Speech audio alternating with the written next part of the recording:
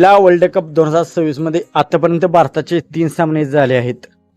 2 सामन्यांमध्ये भारताचा विजय झालेला आहे आणि एका सामन्यामध्ये भारताला पराभवाचा सामना करावा लागला आहे।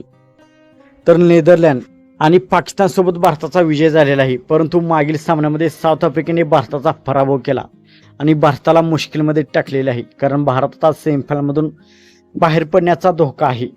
तर भारत आणखी सेमीफायनलमध्ये पोहोचू शकते, त्याचे समीकरण आपण या व्हिडिओमध्ये जाणून घेणार आहोत। तर मित्रांनो, मी आहे सोमनाथ सरगर, आपण पाहत आहात क्रिकेट मराठी। तर मित्रांनो, भारताने नेदरलँड आणि पाकिस्तानचा पराभव केला, परंतु मागच्या सामन्यामध्ये भारताचा साऊथ आफ्रिकेने पराभव केला। तर आता भारताचे सामने शिल्लक आहेत 2, एक ऑस्ट्रेलिया विरुद्ध आणि एक बांगलादेश विरुद्ध। बांगलादेश विरुद्ध भारत जिंकू शकते, परंतु ऑस्ट्रेलिया विरुद्ध भारत आणि ऑस्ट्रेलिया यांच्यामध्ये हा सामना जिंकणे भारतासाठी थोडे कठीण असणार आहे। ग्रुप ए मध्ये आहे, तर ग्रुप ए मधून सध्या ऑस्ट्रेलियाची टीम सेमीफायनलमध्ये पोहोचण्याची दावेदार आहे, कारण ऑस्ट्रेलियाचे 3 सामन्यांमध्ये 3 विजय आहेत।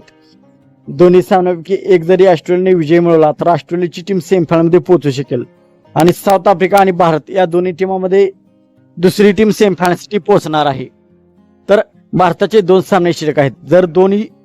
तर भारताला सेमीफायनलमध्ये पोहोचण्यासाठी सर्वात प्रथम त्यांना दोन्ही सामने जिंकणे गरजेचे आहे।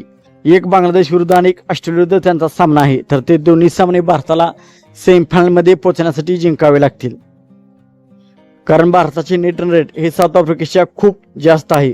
तर दोन्ही सामने भारताने जिंकले तर भारत सेमीफायनलमध्ये पोहोचू शकते। थोडक्यात भारतापुढे आता एकच ध्येय असणार आहे सेमीफायनलसाठी, त्यांना दोन्ही सामने जिंकायचे आणि सेमीफायनलमध्ये जायचे। तर मित्रांनो, आपणास काय वाटते, भारताची टीम ऑस्ट्रेलियाचा पराभव करेल का आणि सेमीफायनलसाठी पात्र होईल का? आपणास काय वाटते आपण कमेंट सेक्शनमध्ये सांगा। मित्रांनो, आपण चॅनलवरती नवीन असाल तर आमचा यूट्यूब चॅनल सबस्क्राईब करा। थँक्यू।